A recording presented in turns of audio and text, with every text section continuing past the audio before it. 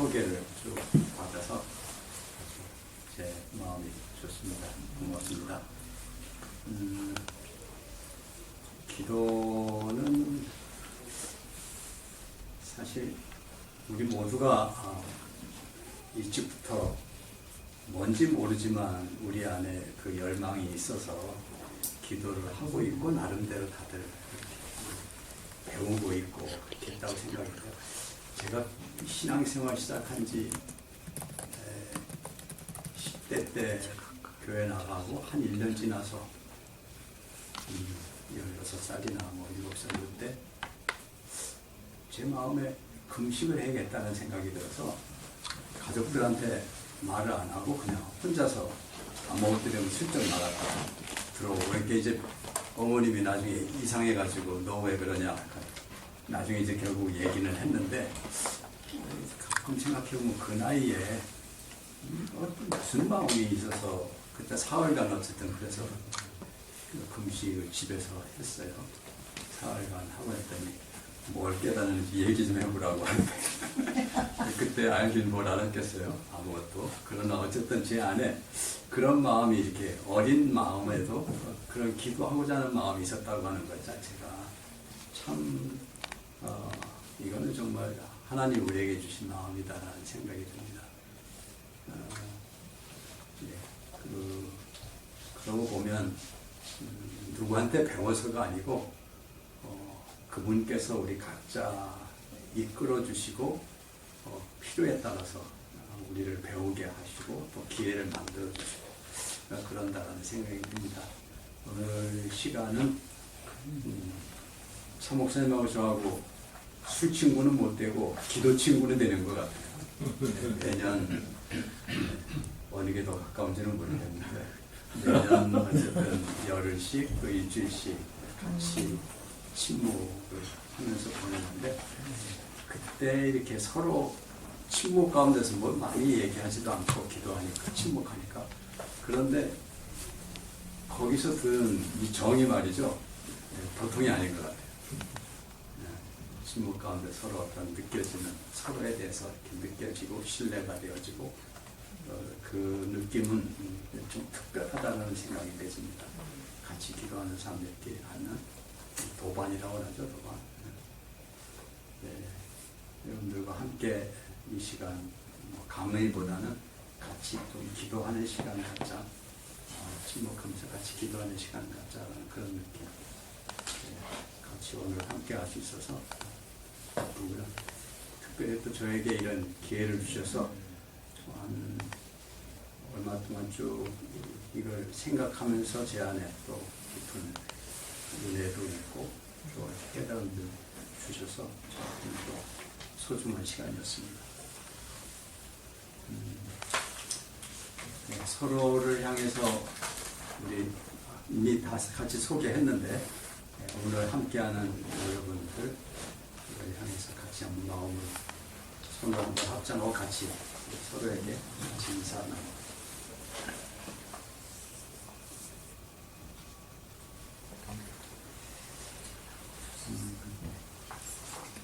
이걸 좀 정식으로 한번 해볼까요? 한번 일어나서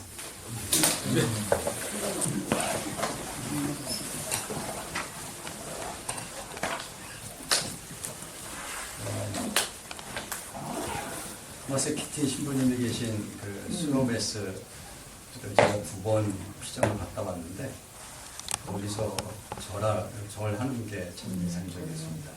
아주 매일 아침마다 같이 아침 기도할 때 아주 깊게 서로를 향해서 이렇게 기도하는 절을 하는데 그렇게 한번 전해볼까요? 합장을 하고 우리가 이렇게 엎드려서 큰 절은 하지 않지만 서 있으면서 가장 내 마음에 진심을 담아서 상대방에게 내 안에 계신 주님께서 여러분 안에 계신 주님께 인사드립니다. 그 마음으로 허리를 한번 여러분 굽힐 수 있는 데까지 최대한 깊게 구부려서 서로에게 인사해 보시기 바랍니다.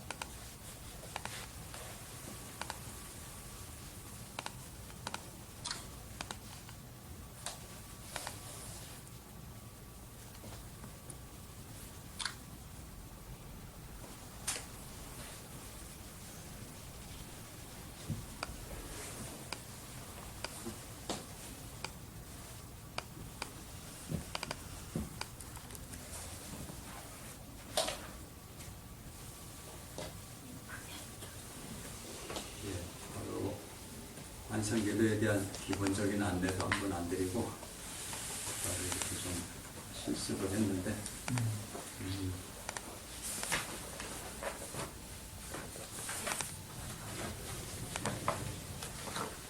관상은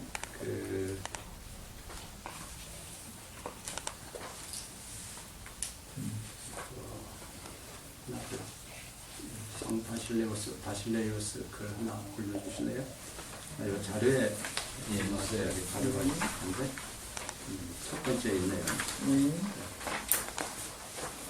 관상에 대해서 가장 기본적인 좋은 소개라고 생각이 됩니다. 사도행전 17장에 사도 바울이 전도하면서 했던 말이 있습니다. 하나님께서는 누구에게나 가까이 계신다. 하나님은 누구에게나 가까이 계신다라는 말씀이 있습니다. 관상의 기초는 바로 거기에 있습니다. 하나님은 누구에게나 가까이 계십니다. 바실레오스는 아주 아름답게 표현을 했는데 제가 한번 읽겠습니다. 신은 문자 그대로 넘쳐 흐른다. 이것은 그에 관한 하나의 진실한 표현이다. 그는 흙으로 만든 그릇, 조그맣고 깨지기 쉬운 그릇 속에서도 평용할 수 없는 환희의 분물을 감추고 있다. 그리고 이 기쁨은 넘쳐 흘러 그 주위를 그 향기로 가득 메운 채 사방으로 퍼지고 있다.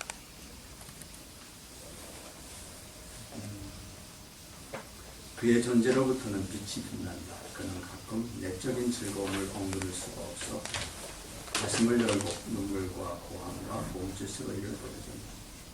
그가 말을 할 때나 침묵을 지키거나 잠을 자거나 깨어있거나 그가 있거나 없을 때나 그는 항상 같은 것을 말하고 항상 같은 존재이며 그의 은총과 권능 또한 같은 것이다.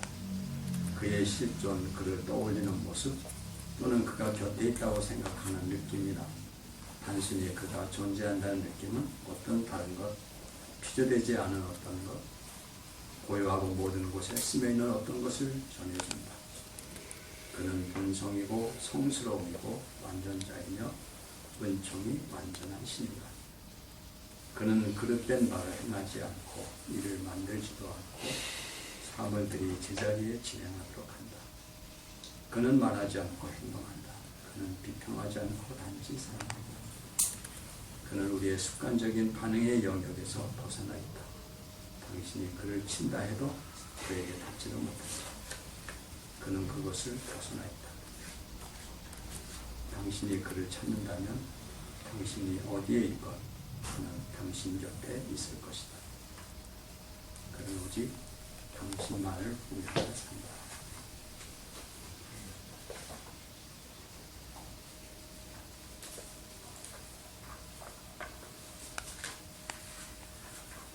너무 당연한 말씀을 하고 있죠. 근데 이 너무 당연한 이야기인데 우리는 참 이걸 신뢰하기가, 이걸 믿기가 너무 어려워요. 너무 당연한 건데 오히려 반대로 그분들 나하고는 상관없는 분, 또 나하고는 너무 멀리 계신 분, 보이지 않고 대답도 없고 계시기는 계신 것 같은데 나하고는 상관없는 것 같은 느낌, 그런 느낌이 우리를 지배할 때가 많죠. 관상은 그래서 기도로, 이 관상 기도를 통해서 끊임없이 지극히 당연하고 보편적인 그 진리를 다시 기억하게 하고 거기로 다시 돌아가게 하고 기도할 때마다 그걸 다시 확인하게 하고, 기도는 그걸 끊임없이 연습하는 겁니다. 연습하는 거예요. 훈련하는 거고. 왜냐하면 우리가 그걸 믿지 못하기 때문에, 자꾸 잊어버리고 살기 때문에. 그리고 눈에 보이는 것, 보이지 않는 하나님이 아니라 눈에 보이는 것들 우리의 마음을 빼앗기고 그것이 사실이고 그게 진리라고 생각하고 우리는 살아가기 때문에 너무 당연한 진리이지만 잊어버리는 그 진리를 기도할 때만은 우리가 생각하니까 기도할 때만은 그걸 우리가 알아차릴 수가 있으니까 기도로 돌아갑니다. 이게 참 어떻게 보면 너무 하지 않아도 되는 거를 하는 거죠. 안 해도 되는 거죠. 그건 우리의 약함 때문이기도 합니다.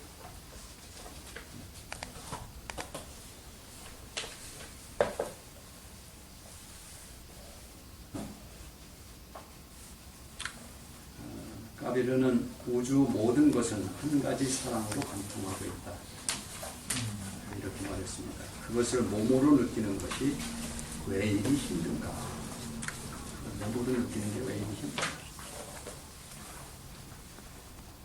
우주의 모든 것은 한 가지 사랑으로 관통하고 있는데 우리는 그것을 몸으로 느끼는 게 왜 이렇게 힘든가?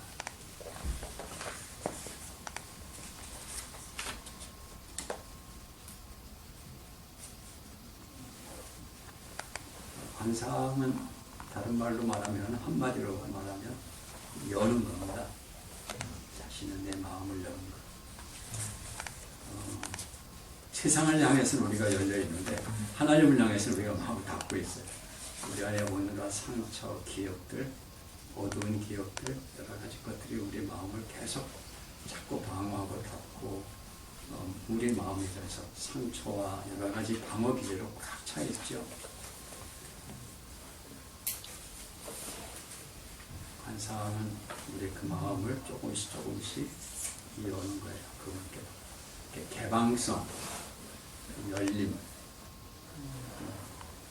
그리고 그분께 우리가 조금 더 이렇게 관용적으로 공간을 허락하는 것, 조금 더 우리가 침묵 가운데 머물면서 귀를 기울이는 것, 이것이 이제 된 사람입니다.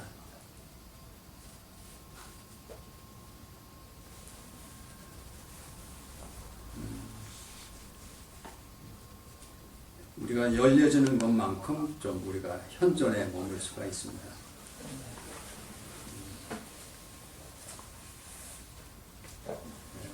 모든 것에서 하나님을 발견하고 하나님 안에서 모든 것을 발견하는 것, 이게 관상기도라고 얘기합니다. 이렇게 하는 데는 사실 어려운 게 하나도 없어요. 너무 단순한 진리고 또 우리가 할 것도 너무 단순한 거잖아요. 그분께 그냥 계신 모든 곳에 계신 그분께 우리를 조금이라도 마음을 열기만 하면 된다는 것인데, 그래서 방법도 아주 쉽습니다. 긴장을 풀고 몸을 이완하는 것. 긴장을 풀고 편안히 나를 그분께, 어린아이가 엄마 품에 이렇게 앉아있는 것처럼 갓난아기가 엄마 젖을 먹고 엄마 품에서 새근새근 잠자는 그때의 그 모습, 그게 바로 이제 관상기도가 이미지로 그려지는 그 아주 아름다운 이미지입니다. 엄마 품에 앉아있는 갓난아기. 이미 엄마로부터 그 젖을 마음껏 충분히 먹었기 때문에 배도 부르고 잠이 솔솔 오고 그 안에서 편안하게 손에 안겨서 그대로 모든 힘을 다 빼고 아무 걱정 없이 아무 생각 없이 그대로 그걸 즐기면서 앉아있는 어린아기. 이게 이제 관상기도.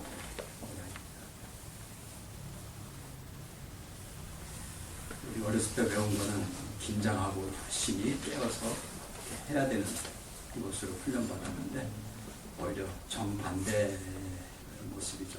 정반대로 접근합니다. 여기서 필요한 거는 신뢰, 아주 단순한 믿음밖에 없어요. 그분이 나의 아버지, 어머니라는 것, 그분이 나를 사랑하신다는 것, 그분께 대한 아주 이 단순한 믿음, 그 믿음으로 머무는 것입니다.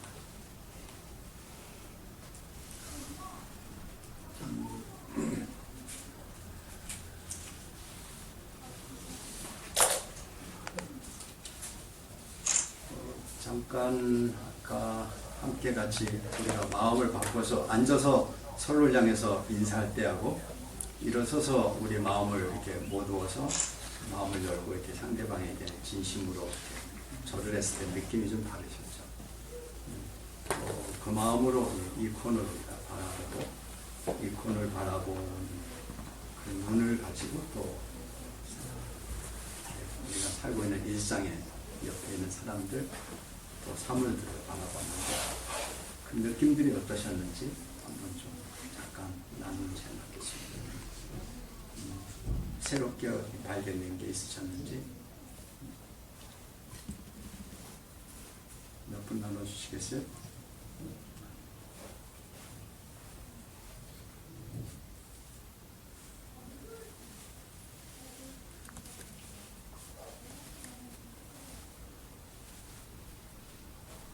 저는 저 니코너를 보면서 모스크바 박물관에 가서 안드레이 탈콥스키의 이코나를 본 게 기억이 나서요. 세상 반가웠고 저 눈빛이 저를 편안하게 해줬어요. 그래서 조금 산만하게 물도 한 잔 마시고 그랬는데 좋습니다.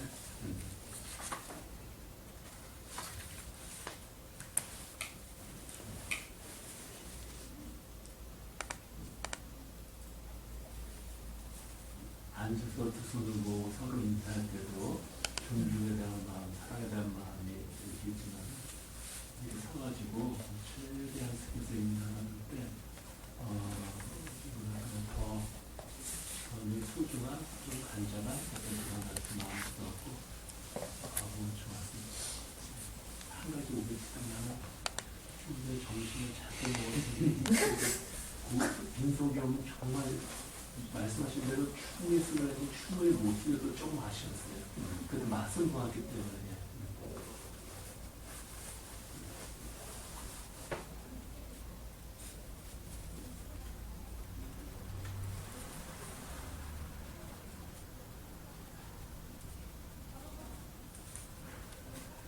저는 이콘 가까이 가서 보니까 그 주님의 그 눈이 굉장히 맑게 느껴졌어요. 참 굉장히 맑으신 분이라는 게 저절로 이렇게 가슴에 와닿아 영혼이 맑은 그런 느끼게 됐어요. 바라보신 뒤에 이렇게 잠시 좀 이렇게 거닐고 좀 주변을 보는 시간 가졌잖아요. 그때 어떠셨어요?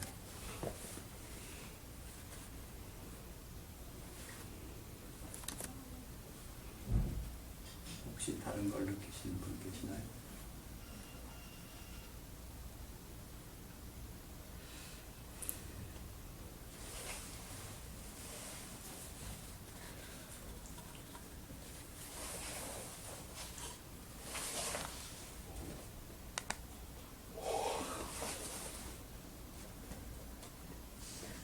저희와 함께 계신다는 느낌.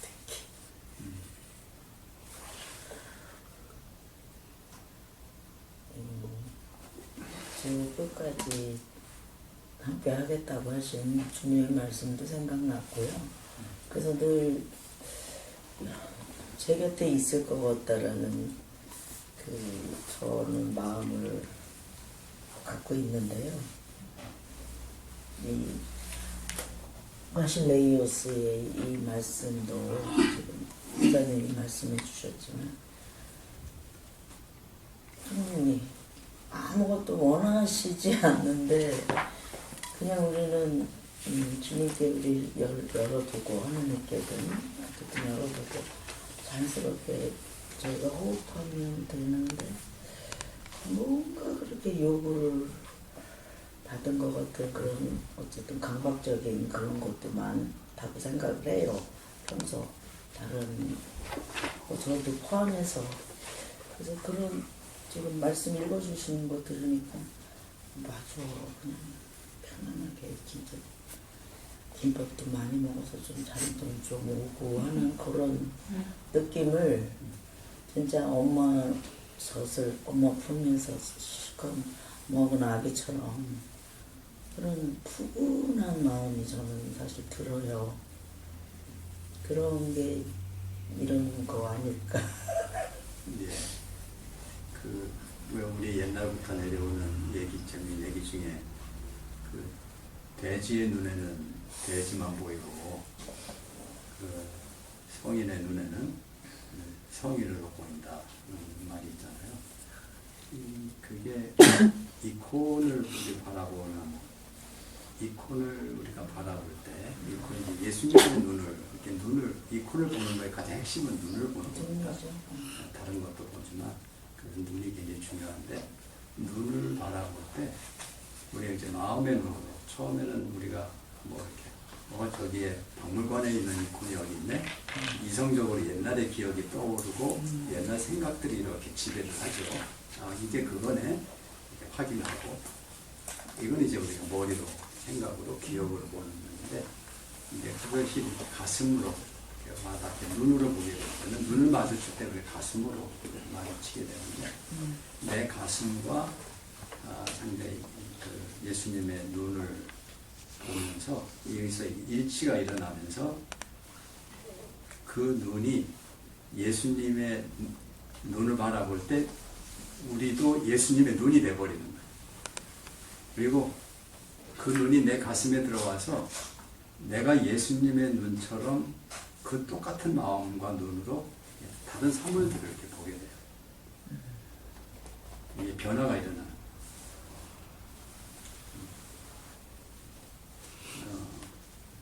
예수님의 눈과 하나가 된 다음에는 내가 예수님의 눈이 돼서 또한 다른 것들을 보게 돼요. 이 놀라운 거죠.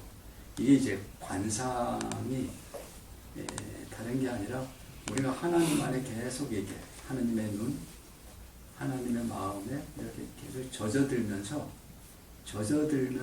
어느새 내 안에 그것이 이렇게 자리 잡기 시작을 하게 되고 그 자리 잡은 게 내 주변과 이렇게 또 똑같은 관계 속으로 주변과 연결되는 거죠.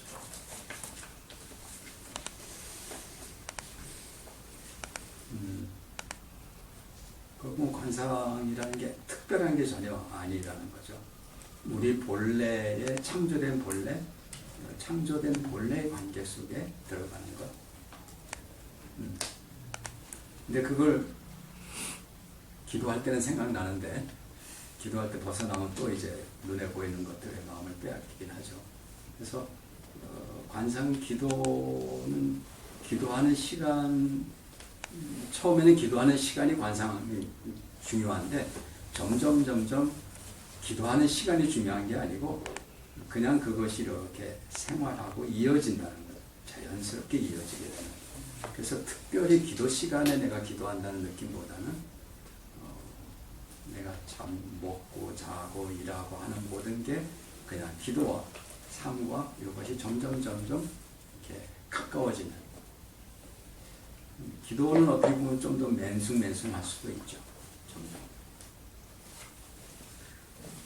네, 그거에 대한 얘기를 조금 더 드리자면,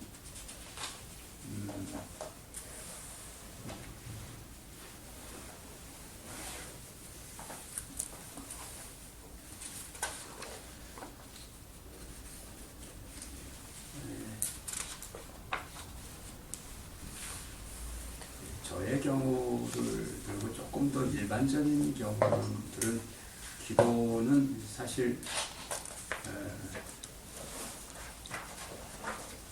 고통스러워서 기도하지 않나 싶어요. 어릴 때 16살, 15살, 16살짜리가 뭐가 삶이 고통스러워서 기도를 혼자 시작했는지는 모르지만 어쨌든 뭔가 모르는 우리 안에 이제 고통이 우리에게 기도하지 않을 수 없게 했다라는 생각이 듭니다. 그런데 놀라운 것은 이스라엘 백성들이 이집트에서 노예 생활하면서 고통스러워서 하나님께 부르셨죠. 고통스러워서. 예, 다른 이유가 없습니다. 너무 삶이 고통스러우니까 부르셨어요. 근데 하나님은 그때 그 소리를 들으셨다.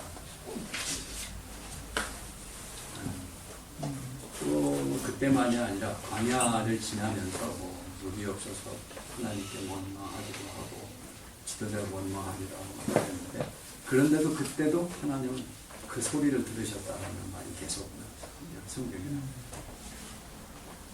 고통 속에서 부르짖는 기도 우리는 어쩌면 거기서부터 시작될 수밖에 없을 것 같은데 하나님 들으신다. 저는 그게 굉장한 빅뉴스라고 생각합니다. 예수님이 가르치신 어떤 말씀보다도 그 탕자의 비유가 우리에게 굉장히 감동적으로 나오고 그것이 갖는 그 비유가 주는 그 교훈이 굉장히 크고 깊습니다만 탕자가 그 지멋대로 살다가 결국 마지막에 그 쥐온 돼지가 먹는 거를 먹고 있는 처지에 있는 순간 자신의 비참한 몰골을 어느 순간 스스로 보게 되는 순간 그 순간에 아버지 집을 동시에 기억을 하죠. 자기의 비참한 모습을 보면서 동시에 아버지 집을 떠올려요. 그것이 기억나는 순간 지금이라도 내가 아버지를 따라가야겠다. 마음을 먹게. 이 순간이 저는 굉장히 참 중요한 순간이라고 생각해요. 자기의 비참한 순간을 목격하는 순간. 근데 그 어떻게 이렇게 동시에 그것이 일어나는지. 근데 그때 그 전까지는 아버지 집을 아마 한 번도 생각 안 했을 것 같아요. 근데 자신이 마지막 그 밑바닥에 서는 순간 아버지 집을 떠올리게 되고 기억나고 기억이 나고 그 기억을 기억하는 순간 전혀 고민하거나 생각하거나 뭐 아버지가 나를 어떻게 할까 이런 걱정 그게 문제가 아니고 기억하는 순간 돌아서야겠다 가야겠다 이게 이제 회심이죠. 여러분들도 그 순간들 아마 떠올리실 것 같아요. 저에게도 가장 고통스러웠던 그 순간이 실은 나에게는 굉장히 결코 잊어버릴 수 없는 정말 진심으로 내가 하나님을 만나고 하나님을 기억하는 순간으로 저도 기억을 하고 있습니다.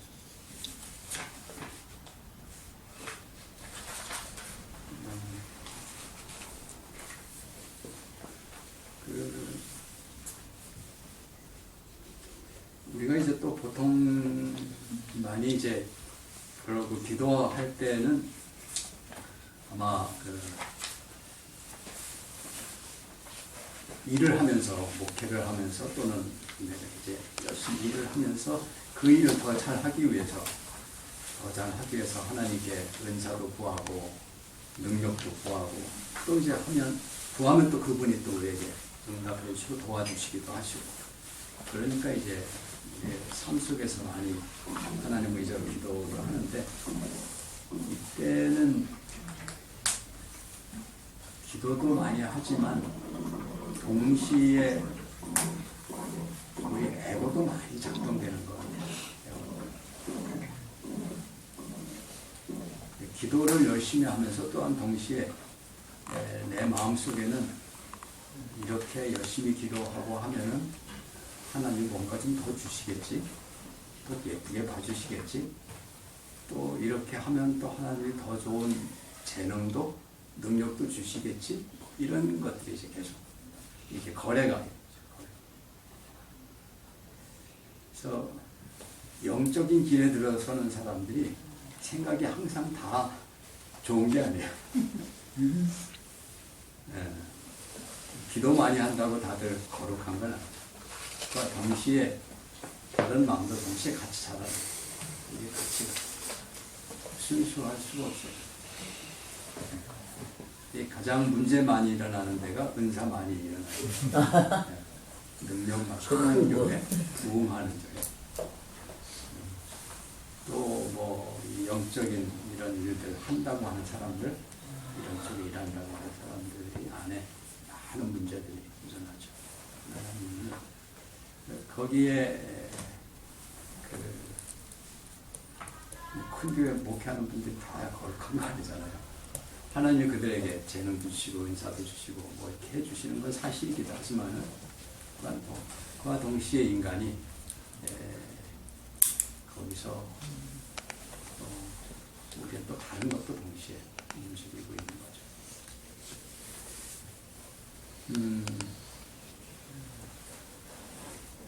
우리 그래서 근데 그걸 알아요.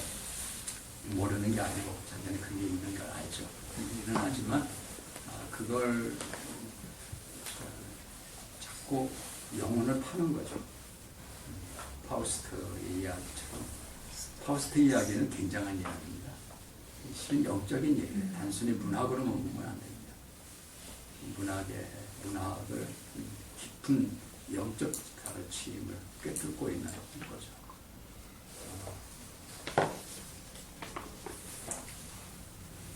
그래서 그 십자가의 성 요한이나 신비가들이 하는 이야기, 우리에게 얘기하는 거는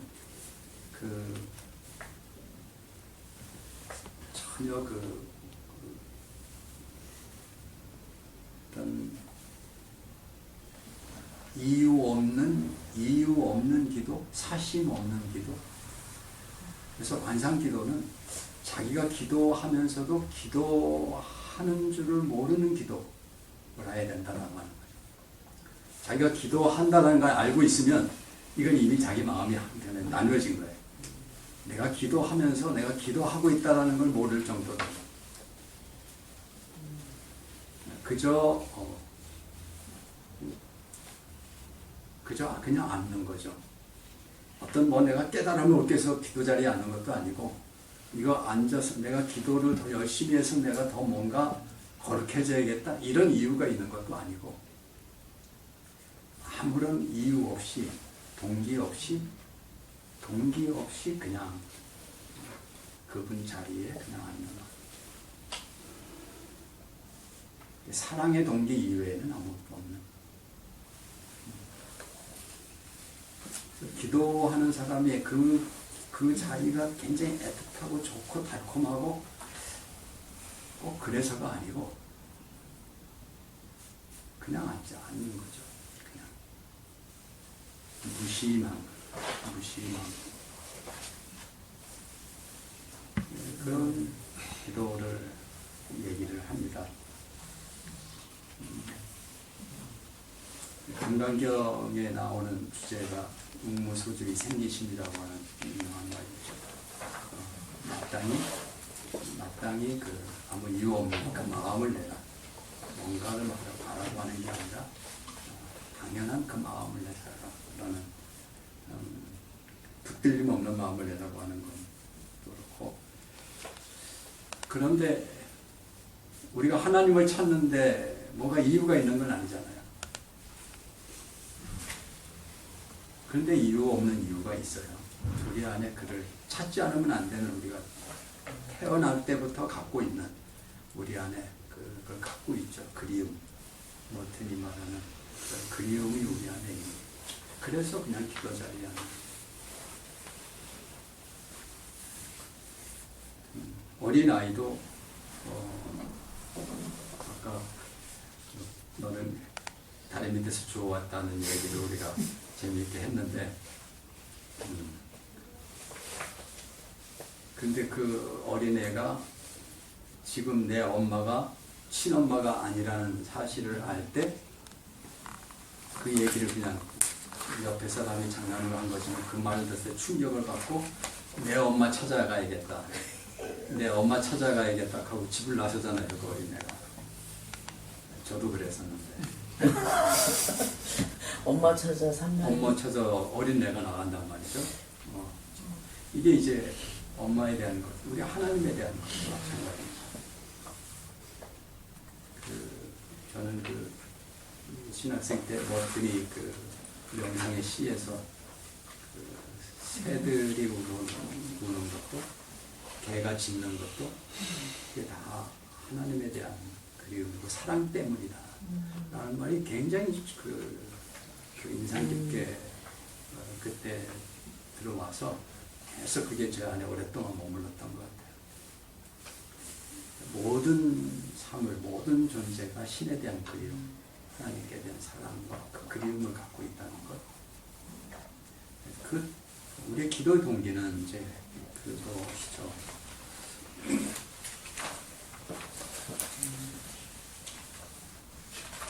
그런데 마이스터 에카르트가 아주 충격적인 말을 했습니다. 많은 사람들이 우리 주님을 따라서 여정을 가는데 중간까지는 간다. 중간까지는 가는데 그 다음 절반은 따라가지 않는다. 어렵네. 참 아이러니하고 따라가지 않으면 어디로 가는 걸까요? 안 가는 거지. 안 가는 거야. 절반까지는 가는데 가는데. 중간까지는 가는데 그 다음은 따라가지 않는다.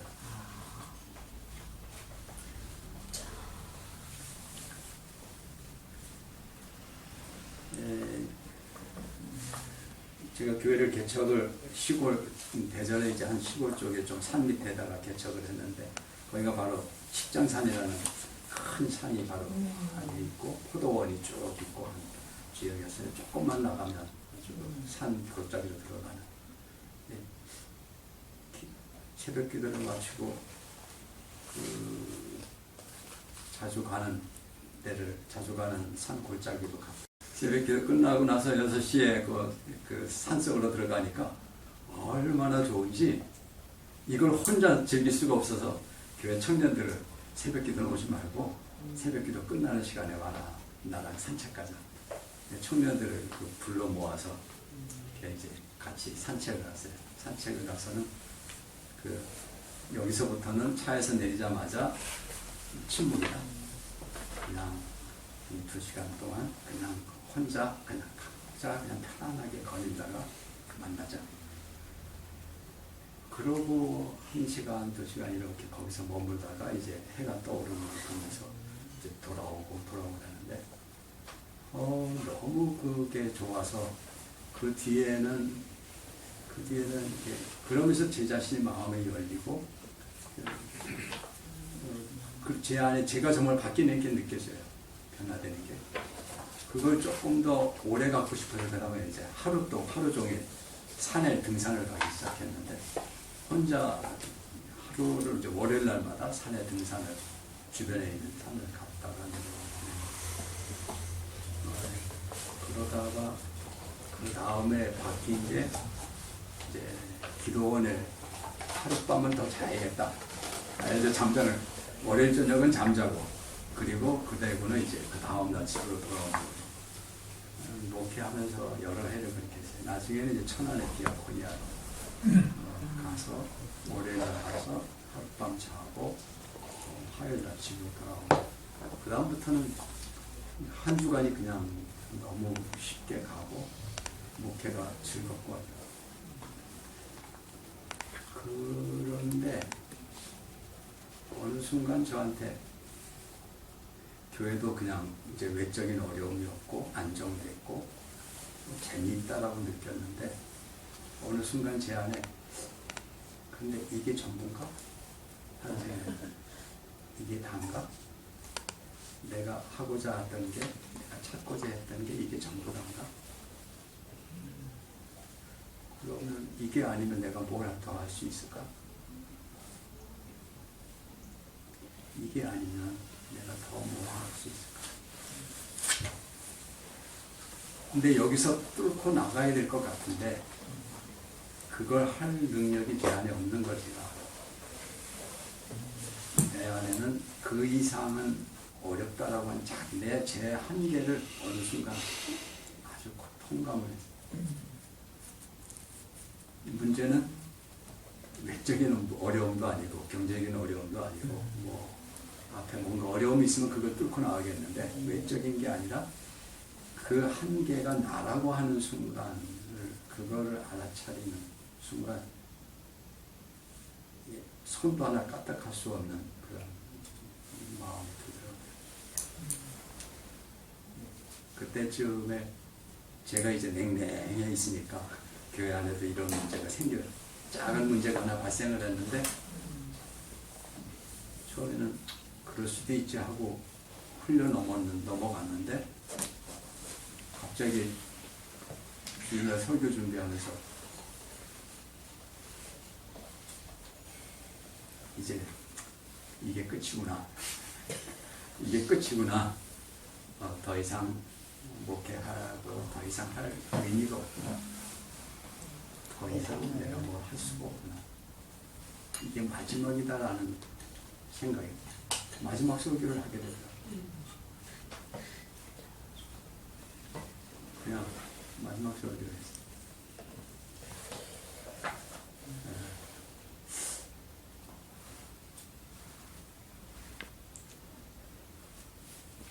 그러고는 그냥 교회를 나와버려가지고 기도원 그동안에 못 가던 이제 피정을 갔는데 피정을 가서 무릎 꿇고 앉았는데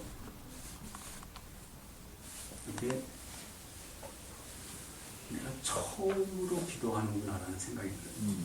처음으로 기도하는 거예요. 이제까지 한 번도 내가 기도한 적이 없구나. 이게 처음, 맨 첫 번째 기도하는 거야. 그럼 그동안에 새벽 기도하고 일주일에 한 번씩 저기 천안 디아코니아 가서 하루를 이틀을 지내고 오고 이렇게 했던 게 다 뭔가. 이게 무슨 차이지? 그동안에 내가 해왔던 것과 지금 이 자리에 내가 이게 내가 처음으로 내가 하나님께 무릎 꿇었구나. 이게 어떤 차이인가? 그걸 순간 제가 잊을 수가 없어요. 근데 뭔가 알았던 것 같아요. 기도는 처음에 관상 아주 쉬운 거라고 우리 얘기 시작했잖아요. 그냥 우리 마음 열면 하나님은 어디 계신데?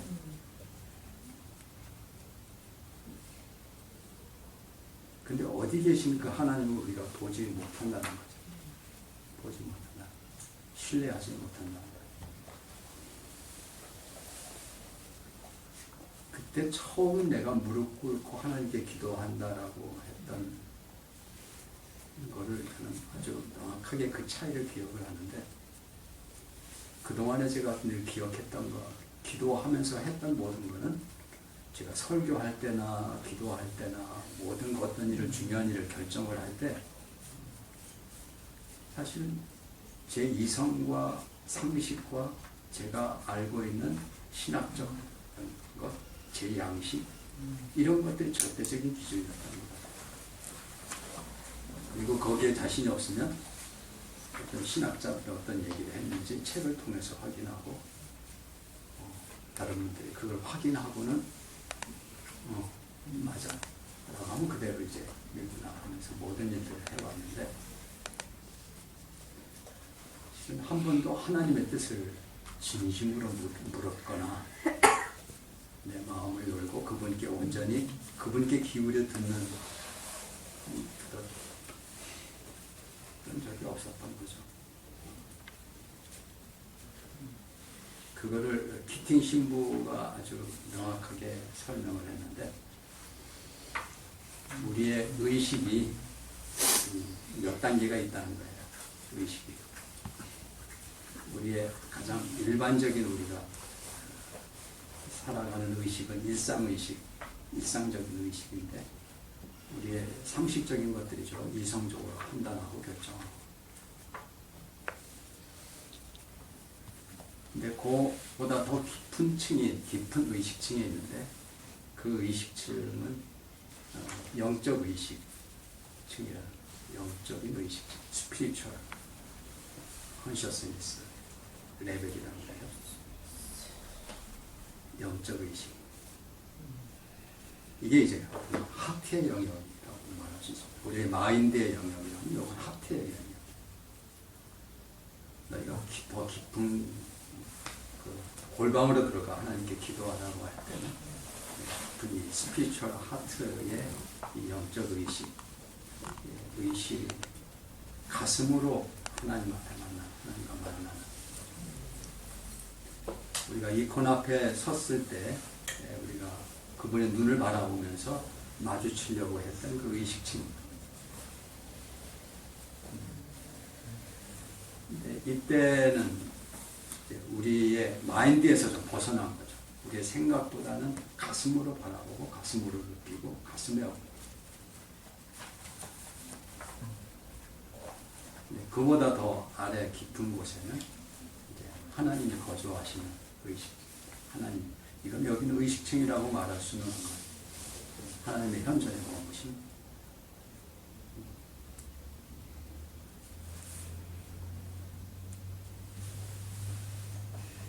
근데 마인드에서 이 하트로 내려오는데 이게 짧은 것 같은데 별거 아닌데 정말 이 거리가 굉장히 먼 거예요. 굉장히 먼 거예요. 제가 무릎 꿇고 하나님 앞에 피정집에 들어가서 꿇었던 나름대로 하여튼 10몇 년 걸린 것 같아요. 10몇 년 걸린 것 같아요.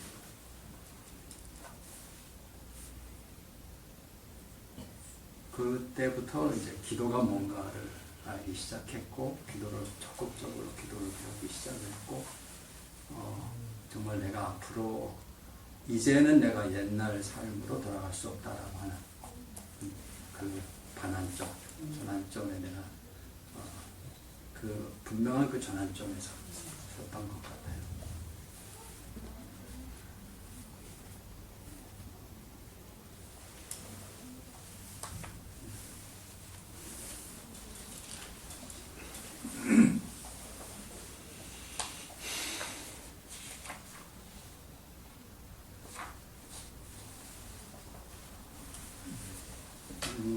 기도를 또한 다른 좀 하나의 시각에서 좀 보고 싶은데,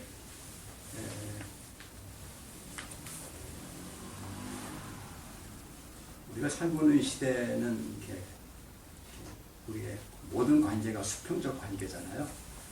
수평적 관계에서 어떤 과학도 그렇고 사람들과의 관계도 그렇고 정치도 민주적이고, 우리 침례교는 특별히 해중교회이기 때문에 이 교회 안에 위아래가 전혀 하이라키가 없습니다. 그래서 장로도 원래는 장로도 없고 목사도 실은 해중이 그냥 해중이 결정해서 목사로 세우는 게 처음 그렇게 했다고 해요.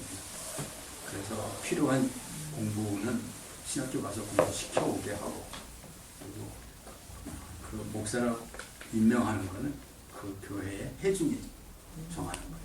해중.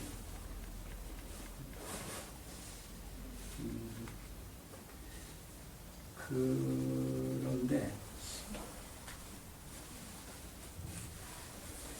우리의 의식이 이런 수평적 관계의 의식이 집중되어 있다 보니까 이 아래의 관계를 모르고 우리가 살고 있다는 생각이 들어요. 우리 하나님도 그렇게 생각하는 건 아닌가? 하나님도. 내가 생각하고 결정하고 하는 게 하나님도 그냥 따라오실 것 같은데. 그 이상 뭐가 있을까? 그 이상. 이렇게 내가 결정하고 이보다 더 올바르고 더 나은 판단이 올까? 있을까? 제 친구 목사가 교회 개척하고 한 10여 년 됐을 때 교회를 교회를 져야겠다라는 이제는 교회를 져야겠다라는 마음을 먹고 준비를 하는데 반대가 주변에 반대가 많아요. 모든 게 교회 짓는 게 준비가 돼서 하는 게 아니잖아요. 억지로 하는 경우가 많죠. 근데 이제 목사는 뭔가 이렇게 밀고 나가야 되겠고 때다라는 생각이 들었고 성도들은 아직 준비가 안 됐는데 이런 생각 반대가 많으니까 나중에는 친구 입에서 하나님이 반대해도 나는 하겠다. 하나님 천사가 와서 반대를 해도 나는 하겠다. 짓겠다. 뭐 그냥 홧김에 나온 말이긴 하지만 실은 우리의 의지나 우리의 그 판단들이 거의 그렇지 않나. 거의 그렇지 않나. 말은 하지 않지만 그 이상 하나님의 존재를 우리가 삶 속에서 얼마나 의식하고 살아가나. 그분의 뜻을 얼마나 우리가 절대적으로 그분께 우리를 여는 부분이 그분께 향한 부분이 우리의 삶 속에 있는가? 제가 아마 처음으로 하나님 앞에 기도한다라고 속에서 그거를 알아차렸던 게 그 전에 그 부분이었던 생각이 들어요. 목회도 했고 또 내가 하나님 나를 부르셨다고 생각하고 그렇게 해서 10몇 년 목회를 했지만 모든 생각이 전부 나에서 나온 거지 정말 그 하나님께 내가 얼마나 그분께로 열려 있었던가.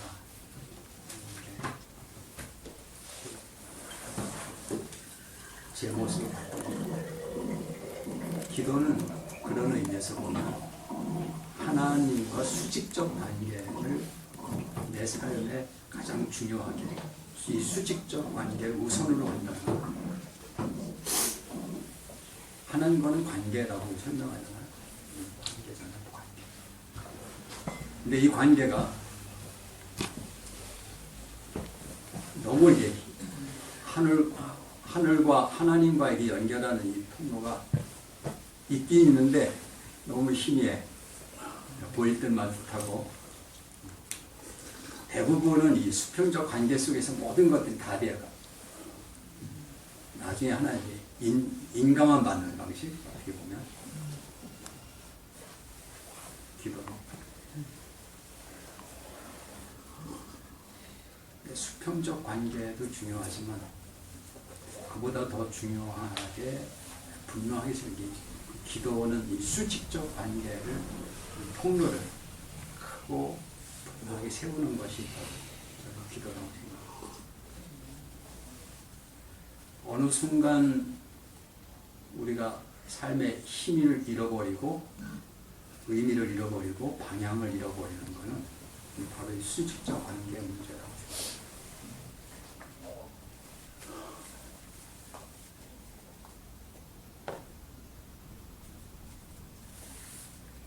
영적으로 힘을 받기 위해서가 아니라 실제적으로 우리가 그분과의 혈육간의 관계에서도 그렇지 않았나요? 혈육간에서 젊었을 때 내 힘으로 모든 거 다 한다라고 하지만 점점 나이 먹어갈수록 그 연로한 힘없는 부모에 대한 어떤 의존, 그 부모에 대한 생각들을 더 많이 하게 되는데 마찬가지인 것 같다는 생각입니다. 동양 철학에서나 중에서는 비이원성을 많이 강조를 하죠. 비이원성. 기독교에서는 여전히 그 하나님과 나와의 이 그분과 나와의 이 비이원적 이 관계가 이걸 절대시하죠. 이거는 뛰어넘을 수가 없고 그분과 신비가들이 영적으로 온전히 그 하나가 된다고 하더라도 신비가들이 영적으로 황혼경 속에서 일치를 이루고 하나가 된다고 하더라도 하더라도 여전히 하나님과 나가 존재합니다. 그 신비 속에서 그 일치는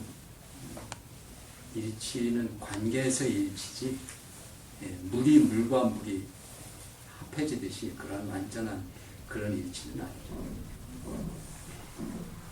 하나님, 나와 하나님이 존재합니다. 그 관계의 깊은 그 사랑의 일치죠. 사랑의 일치.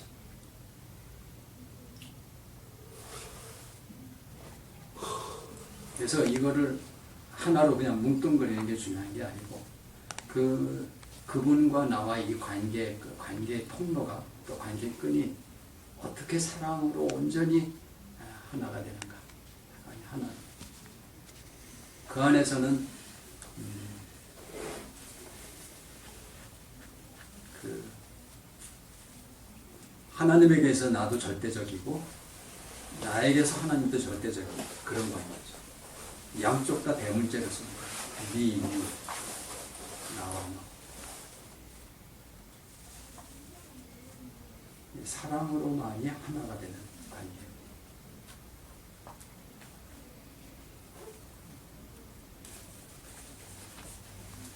이 관계는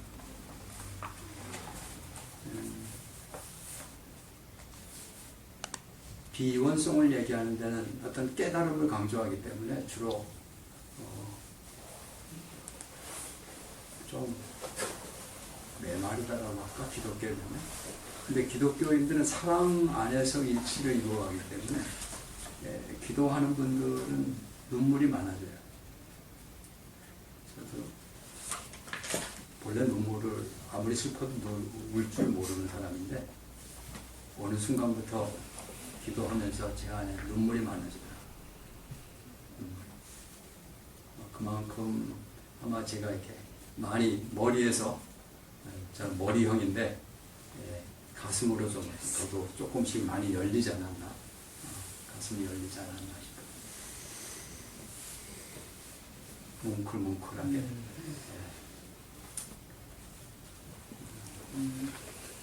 말씀을 좀 묵상하는 시간 갖고 또 이 말씀을 가지고 또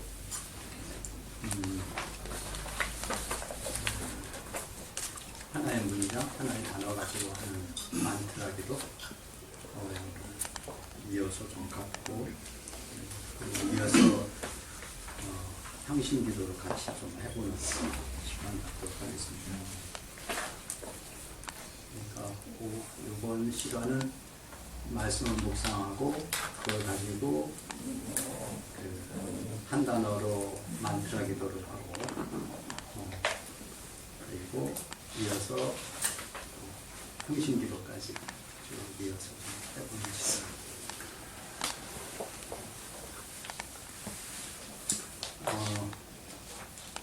앞에 말씀 묵상은 잘 이해를 하실 테고 한 단어나 문장으로 하는 그 만트라 기도 또는 한 문장으로 드리는 예수 이름 기도, 예수 기도가 있는데 예수 기도는 하나님의 아들 예수 그리스도시여 나에게 자비를 베푸소서라는 이렇게 긴 문장으로 요거로 하는 게 이제 예수 기도예요. 근데 이제 만트라 기도는 좀 메인이라고 하는 사람이 이제 같은 방식인데 그거는 마라나타라는 걸 가지고 이제 그 보통 만트라를 합니다. 만트라 기도를 하는데 그렇게 이제 반복해서 하는 기도가 모든 종교에 다 있어요. 불교에도 뭐 이제 하는 진언하는 방식, 특별히 이슬람 수피들이 하는 기도가 있죠. 그 디크리라고 하는데 그 디크리는 아주 그 수피들은 그걸 아주 굉장히 발전을 시켰어요. 발전시켜서 거기에 음악도 있고 춤도 있고 회전무 춤도 있고 또 디크리로 이제 할 때 호흡과 몸도 같이 움직입니다. 왼쪽 오른쪽 몸도 같이 흔들면서 그 들숨과 날숨, 들숨과 날숨을 하는 것도 예수 이름 기도로 예수 기도도 똑같이 이제 호흡에 맞춰서 기도를 하는 것 같은데, 그리고 또 동시에 이거 디크리 하면서 염주 그들은 아주 큰 염주를 가지고 해요. 직접 가서 하는 특히 그 고나에 가서 제가 해전문에 가서 배운 적이 있는데 배우면서 그 직접 하는 수피들이 하는 그 가서 하룻밤 해산물을 뭐라고 그러지? 밤새도록 그걸 하는데 가서 몇 시간 있다가 오기도 했는데 이게 그 염주를 가지고 계속 이거 하고 디크리 하고 또 때때로 춤도 추고 그때 이제 음악도 쓰고 하여튼 종합적이에요. 근데 이제 정통교회에서는 그렇게 하면서 너무 이제 열광으로 깊이 황홀경에 빠져들고 그걸 한 번 하면은 뭐 하는 시간이 아니고 하룻밤 새가면서 이렇게 하고 하니까 이제 뭐 완전히 그 안에 그 도취가 되죠. 그런 이제 문제도 말도 많고 이제 그래서 이제 좀 억제하고 하기도 많이 합니다. 근데 어쨌든 이거는 굉장히 그 모든 종교에 일반적으로 있는 방식이라는 거. 기도하는데 굉장히 쉽게 빨리 집중해서 들어갈 수 있는 기도이고, 그렇게 집중할 수 있고, 또 이제 많이 배우지 않아도 이렇게 하면 되니까 누구나 그 지식인이나 일반 대중들이나 똑같이 쉽게 접근할 수 있는 방식이기도 하고 여러 가지 많은 유익점을 갖고 있는 기도 방식입니다. 만트라 기도가 처음에 기도를 이렇게 항심 기도나 놓아버리는 기도를 하시는 분들도 때로 이렇게 기도에 흥이 없고 자꾸 흩어지고 할 때는 이 기도를 많이 사용하기도 합니다.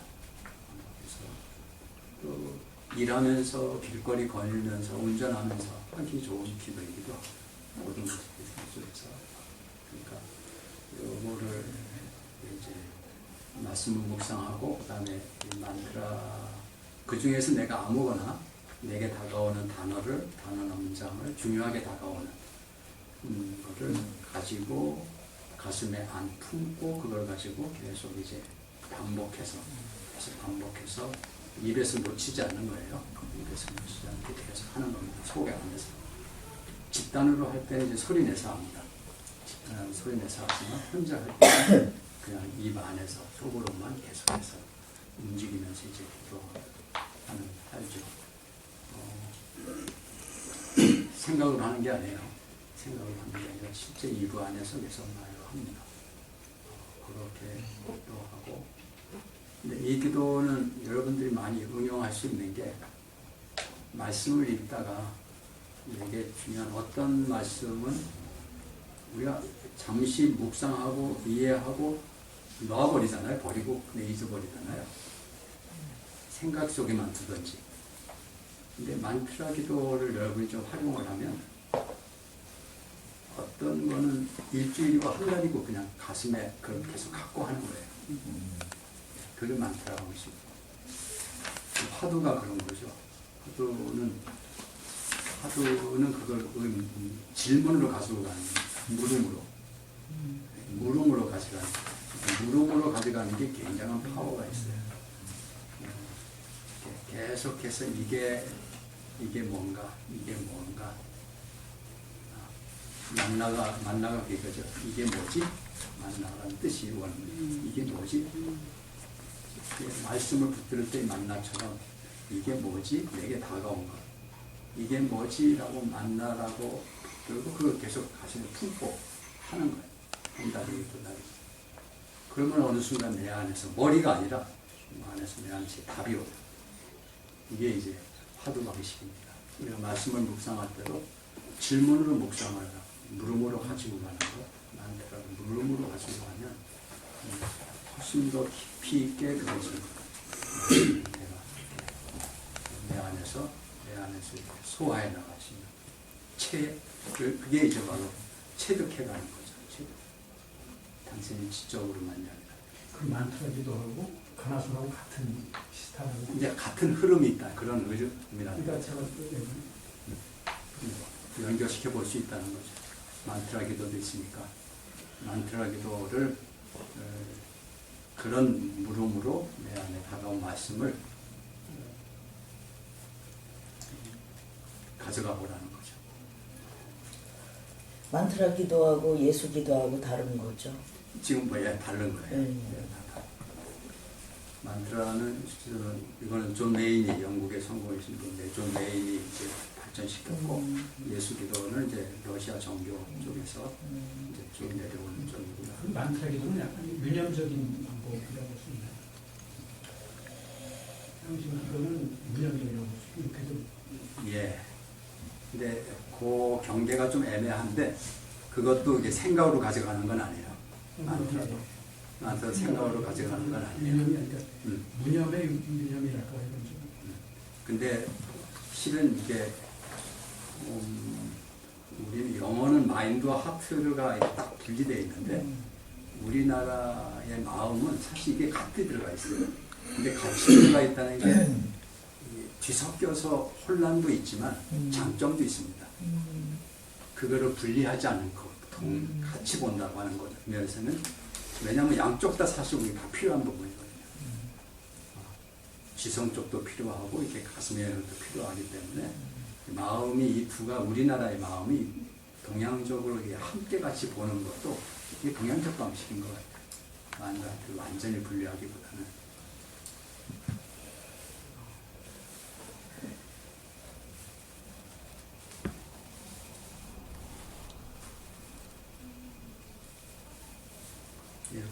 각 기도에 대한 자세한 안내들은 여러분 좀 나눠진 자료 참조하시고 여기서는 설명을 더 드리진 않겠습니다. 잠시 말씀을 묵상하겠습니다. 제가 한번 읽겠습니다. 마태복음 2장 1절에서 12절 말씀입니다. 헤롯 왕 때에 예수께서 유대 베들레헴에서 나셨다. 그런데 동방으로부터 박사들이 예루살렘에서 와서 말하였다. 유대인의 왕으로 나신 이가 어디에 계십니까? 우리가 동방에서 그의 뼈를 보고 그에게 경배하러 왔습니다. 헤롯 왕은 이 말을 듣고 당황하였고 온 예루살렘 사람들도 그와 함께 당황하였다. 왕은 백성의 대제사장들과 율법교사들을 다 모아놓고서 그리스도가 어디에서 태어나실지를 그들에게 물어보았다. 그들이 왕에게 말하였다. 유대 베들레헴입니다. 예언자가 이렇게 기록하여 놓았습니다. 너 유대 땅에 있는 베들레헴아, 너는 유대 고을 가운데서 아주 작지가 않다. 너에게서 통치자가 나올 것이니 그가 내 백성 이스라엘을 다스릴 것이다. 그때 헤롯은 그 박사들을 가만히 불러서 별이 나타난 때를 캐어묻고 그들을 베들레헴으로 보내며 말하였다. 가서 그 아기를 샅샅이 찾아보시오. 찾거든 나에게 알려주시오. 나도 가서 그에게 경배할 생각이요. 그들은 왕의 말을 듣고 떠났다. 그런데 동방에서 본 그 별이 그들 앞에 나타나서 그들을 인도해 가다가 아기가 있는 곳에 이르러서 그 위에 멈췄다.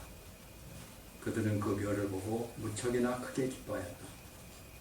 그들은 그 집에 들어가서 아기가 그의 어머니 마리아와 함께 있는 것을 보고 엎드려서 그에게 경배하였다. 그리고 그들의 보물 상자를 열어서 아기에게 황금과 유향과 모략을 예물로 드렸다. 그리고 그들은 꿈에 헤롯에게 들어가지 말라는 지시를 받아 다른 길로 자기 나라에 돌아갔다.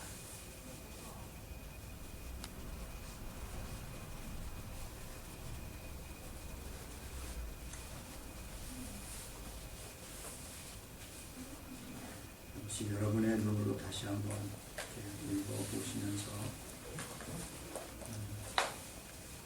제가 말씀을 읽었을 때 또 여러분의 눈으로 중요하게 다가오는 단어나 문장, 어떤 게 나에게 중요하게 다가오는지 한번 확인해 보시기 바랍니다.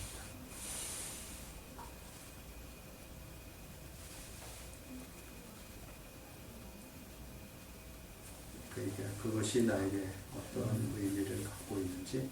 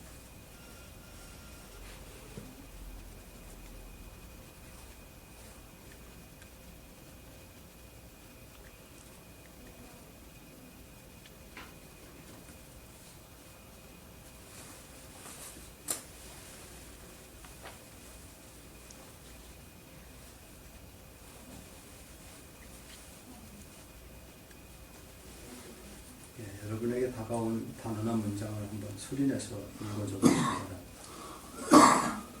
어떤 게 여러분에게 다가오셨는지.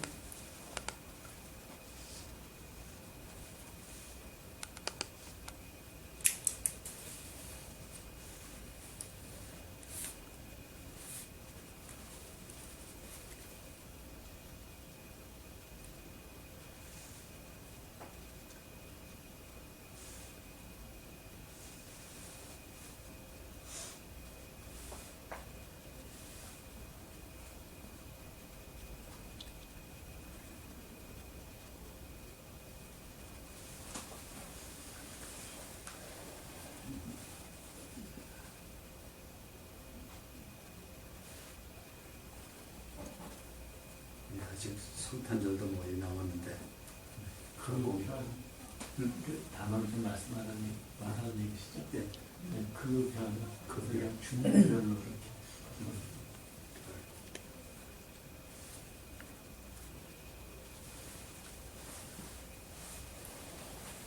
온 예루살렘 사람들이 당황하였다. 그와 함께 당황하였다. 저는 유대인의 왕으로 나시니가 어디에 계십니까? 지금 똑같이 되는 거 같지. 저 똑같아. 어디에 계십니까? 계십니까? 저는 그냥 앞부분 빼서 어디에 계시니까. 그 위에 멈추었다. 보물상자.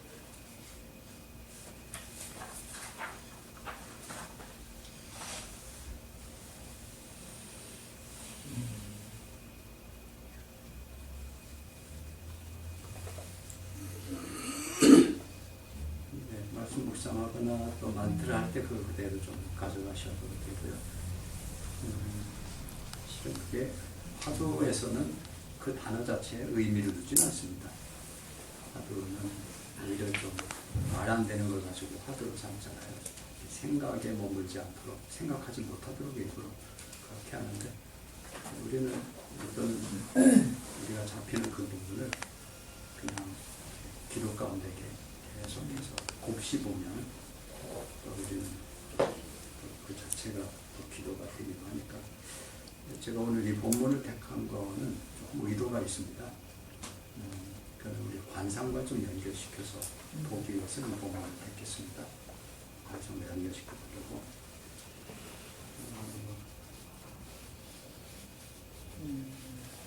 잘 대로 이 본문은 동방 박사들이 별을 따라서 오다가 그 예루살렘으로 가요. 별을 놓치고 별을 어디선가 이렇게 놓쳐버리고 놓치고 예루살렘으로 가서 거기에 가장 권위자인 또 믿을 만한 존재인 왕과 그 율법을 맞춘 자들에게 가서 묻죠.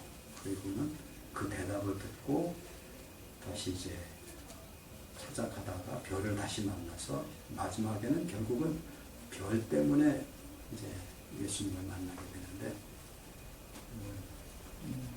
그 사건 때문에 끝난 뒤에 경려고 하지만 두 사라의 모든 아이들이 몰살당하는 무서운 비극이 또 일어나죠. 동방 박사에게 이들이 어떤 일로 별을 따라오다가 별을 놓쳐버렸고 별 대신에 예루살렘에 가서 헤롯 왕과 그 율법자들의 도움을 받고 그래서 이제 베들레헴으로 가는 별과 당대의 권위자들 이 대결을 해요. 별 동방 박사들은 뭐 점성술사 당시에 지식인들 점성술사들인데 근데 그들이 바라보는 별만이 아니라 실은 우리 모두에게 다 뭔지 모르지만 우리 안에 다 별들을 갖고 있지 않을까. 우리 모두 우리 삶을 우리가 뭐 학교에 가서 배우기도 하고 스승도 두고 있지만 그건 어릴 때 배울 때 단계고 성인이 다음부터는 다들 제각기 자기 길을 가잖아요. 학교에서 배운 대로 살지 않죠. 제각기 각기 다 자기 길을 가거든요. 그 자기 길을 가는 나름대로 가는 그 길들이 사회가 만들어 놓은 길은 아닙니다. 사회가 만들어지기도 하지만 각기 어떤 길들이 자기 길만에 가지고 갑니다. 자기만의 길, 자기만의 별들이 우리에게 있는데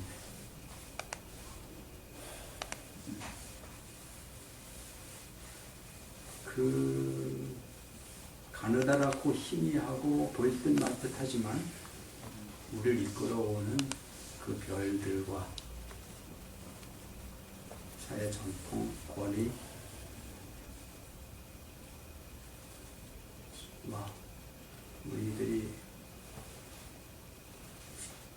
동문 박사는 우리와 매우 흡사하다. 나 자신과 매우 흡사하다.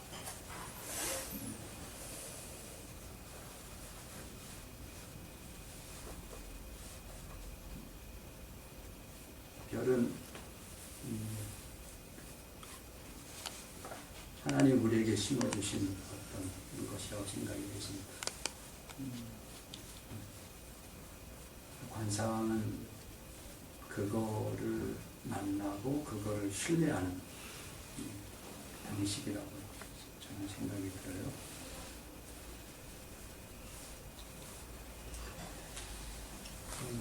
구유는 실제적으로 예수님의 탄생, 육화되신 예수님, 하나님의 신비를 의미하지만 어쩌면 구유는 샤르데이 말하는 어쩌면 우주적 어떤 오메가 같은 것, 또 우리 각자가 궁극적으로 도달하고자 하는 찾고 있는 어떤 중심점, 모든 것의 어떤 중심이라고 하시는 우리가 찾아가고자 하는 그 지점이 아닐까 이런 생각이 좀 들고요. 그 우리가 피정 가면은 라브린스 그 걷는 기도가 있는데 그 걷는 원으로 빙빙빙빙 이렇게 돌고 저리 돌고 하다가 이제 가장 그 중심점에 도달해요.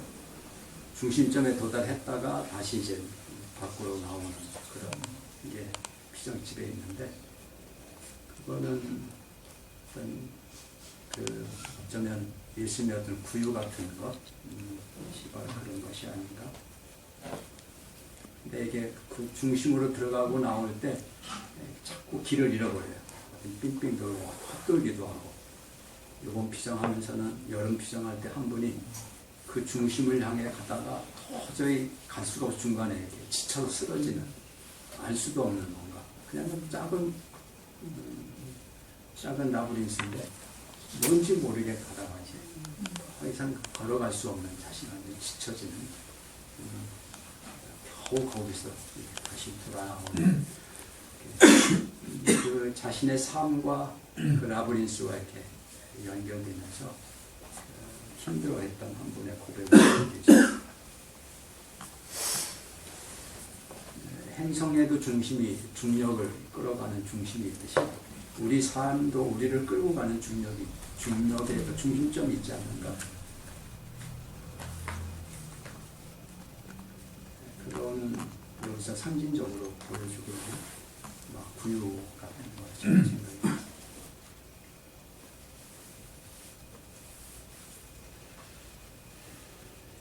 별을 따라서 걸어가는 우리에게 정말 중요한 게 뭔가? 근데 별 대신에 우리 모두가 어떤 권위자를 찾아가게 됩니다. 내가 가는 길만은 좀 애매하고 모호하고 그보다는 더 어떤 선생이 필요하고 이거를 확인해 준 누군가가 더 중요하게 여기지.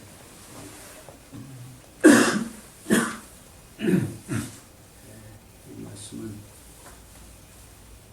내게 권위자를 찾아가지 말고 예루살렘으로 가지 말고 헤로다에게 가지 말고 희미하지만 막연한 것 같지만 끝까지 별을 따라가라. 별을 따라가라고 하는 말씀이라고 했습니다. 네, 결국 마지막에 만난 건 뭔가요? 동방 박사가 만난 건 아기예수 구유. 아기예수. 거기서 아기예수라는 건 뭘로 확정받았을까요? 구유의 누인. 그 내가 찾고 내가 동방에서부터 따라왔던 그 존재가 바로 이거구나 라고 하는 건 뭘로 확정받았을까요? 어머니 마리아와 함께 있는. 별이 멈추고리는 구유 멈추. 뭐 거기 지푸라기, 구유의 구유에 있는 멈추. 지푸라기인가요? 거기는 동물일까요? 구유 별. 아기 마지막 결국 별이죠. 별. 다른 아무것도 없어요. 해면에 그걸 확증해 준 거는 아무것도 없어요. 별. 별 위에 그 별을 보고 마지막에 결국 별을 보고 별이 멈춘 그것을 보고 확증받고 모든 걸 다 드리고 자기들이 준비했던 걸 다 드리고 떠나는 거죠.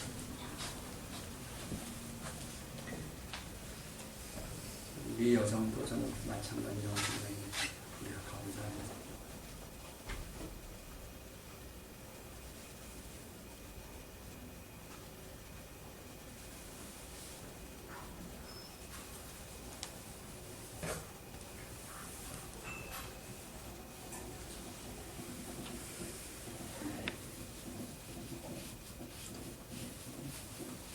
여러분에게 직접적으로 좀 시간이 없어 돕기 위해서 제가 좀 설명을 드렸고요. 여러분에게 다가왔던 단어 문장 함께 같이 시간이 확인되어진 것 중에서 여러분의 마음에 좀 하나를 붙들고 같이 만트라 듣도록 하겠습니다. 지금부터 10분간 하겠습니다. 10분간 하는데 만트라 기도가 좋은 거는 앉아서 그대로 할 수도 있고 움직이면서 할 수도 있고 뭐든 어떤 가운데서도 그냥 할 수 있다는 거예요. 그러나 계속해서 속으로 생각으로 하지 마시고 생각을 하다 보면 잃어버려요.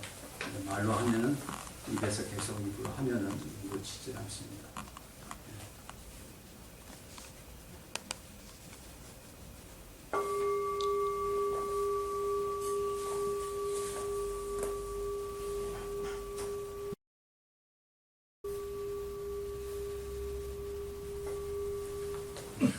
잠시 조금은 푸시기 바랍니다.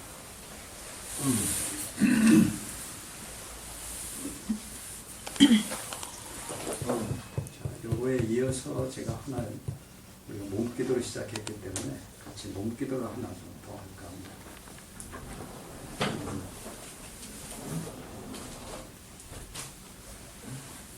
좀 일어나실까요?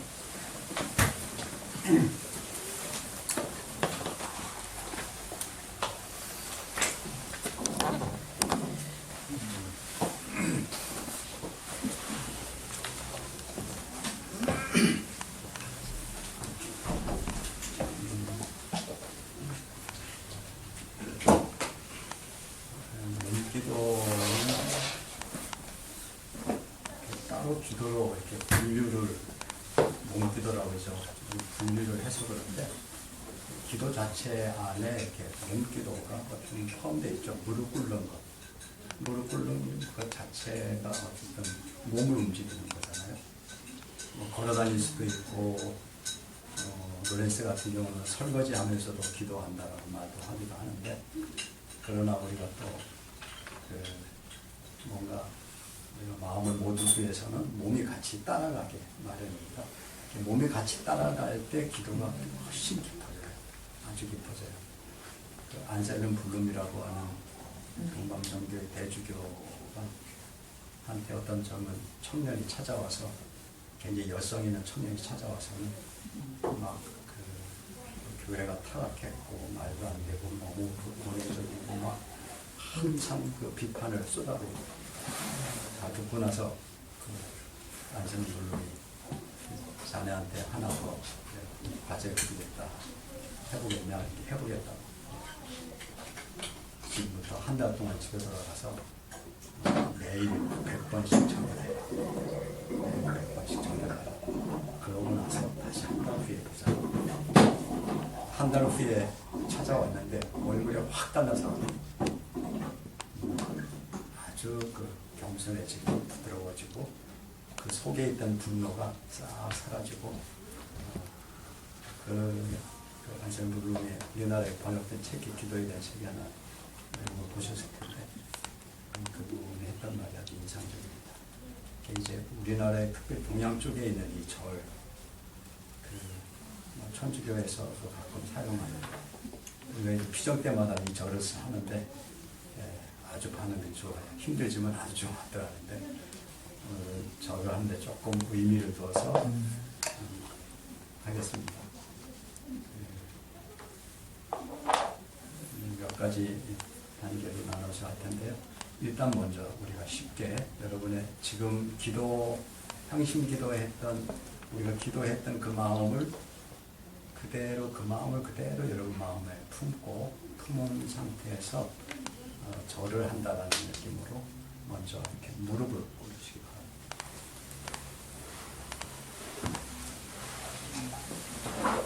예, 앞에 자리 좀 여유롭게 편안하게 하시고요. 약간씩 떨어져서 약간씩 좀 띄우시기 바랍니다.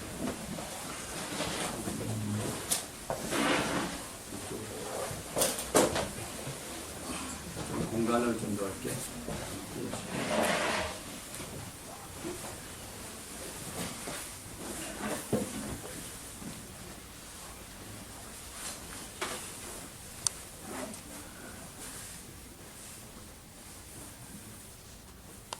하나님의 현존 앞에 머물러 있다고 느끼시면서 무릎을 꿇습니다.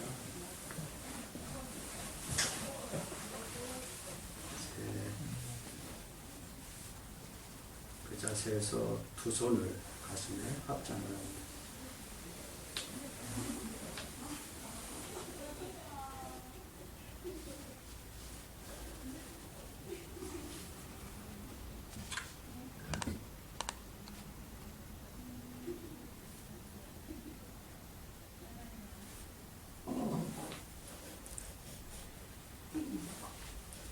천천히, 아주 천천히 바닥에 엎드립니다.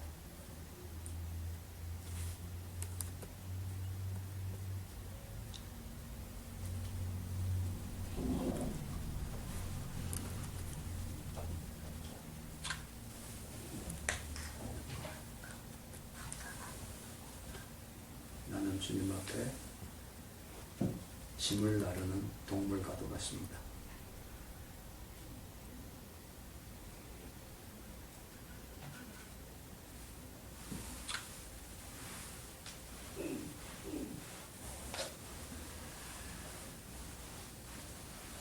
완전히 바닥에 닿을 때까지 완전히 엎드립니다.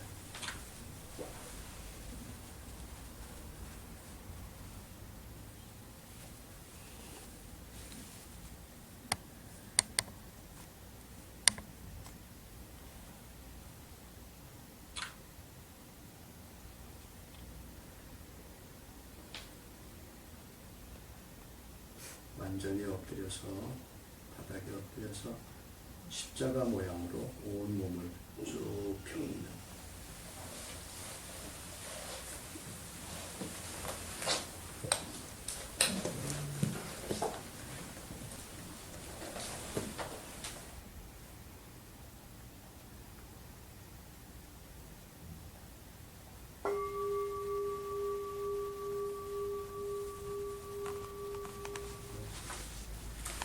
자유롭게 느낌들 좀 정리해 보시고요. 한 10분 정도, 10분 안 되겠구나.